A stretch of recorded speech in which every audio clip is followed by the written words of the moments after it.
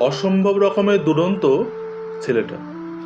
কারুর বাগানের ফল একবার চোখে পড়লে তা আর থাকবার জো নেই।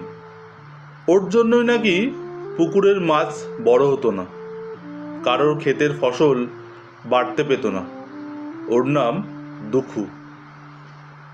আসানসোলের কাছে চুরুলিয়া নামে একটি গ্রামে এই দুখু জন্মগ্রহণ করেন। তার আসল নাম নজরুল। যখন তার বয়স মাত্র 8, তখন তার বাবা মারা যান। তার শৈশবকাল দুঃখ কষ্টের মধ্যে দিয়ে কেটেছিল।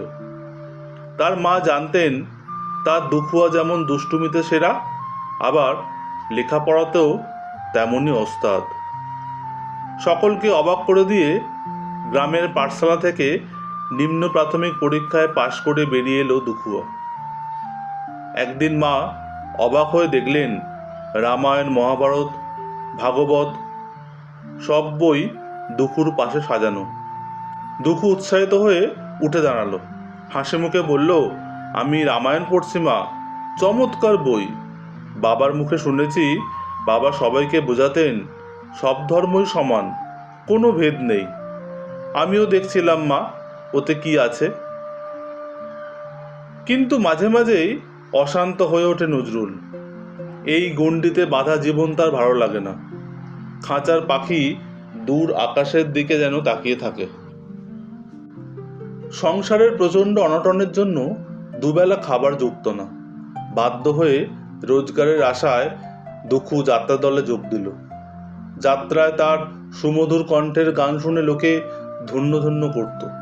শুধু গান নয়, সে ভালো বাঁশি বাজাতেও পারে। নিজে গান লিখে তাতে সুর দিয়ে সে গান গাইত।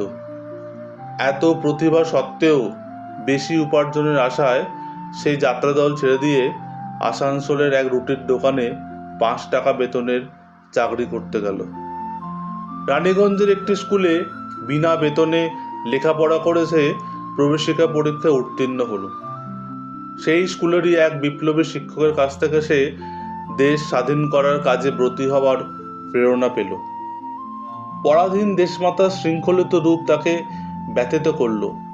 সে যোগ দিল সৈন্যবাহিনীতে ছাত্রাবস্থাতেই। তার মতলব ছিল ইংরেজদের কাছে লড়াই শিখে নিজেই একদিন ইংরেজদের বিরুদ্ধে লড়াই করবে।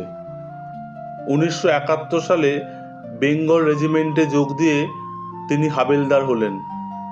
এর 3 বছর পরে বিশ্বযুদ্ধের শেষে বেঙ্গল রেজিমেন্ট ভেঙে দেওয়া হলো। যুদ্ধের পর কলকাতায় ফিরে এসে নজরুল নিজে একখানা কাগজ বার করলেন, নাম দিলেন ধূমকেতু। সেই ধূমকেতুর প্রথম সংখ্যার জন্য স্বয়ং রবীন্দ্রনাথ আশীর্বাদ বাণী লিখে দিয়েছিলেন। ইংরেজ শাসনের বিরুদ্ধে নজরুল জোরালো ভাষায় প্রবন্ধ, কবিতা, গান লিখতেন। ধূমকেতু খুব জনপ্রিয় হলো, কিন্তু ইংরেজ সরকার ধূমকেতুর লেখা আর সহ্য করতে পারল না। কবিতার মধ্যে ইংরেজ রাজদ্রোহিতার গন্ধ পেল। নজরুলকে তারা জেলে পুরল। স্বাধীনতা আন্দোলনের আগুনে তখন সারা দেশ জ্বলছে। আন্দোলনকারী বন্দীদের ওপর ইংরেজ অকথ্য অত্যাচার করছে। এরই প্রতিবাদে 1922 সালে নজরুল শুরু করলেন আমরণ অনশন।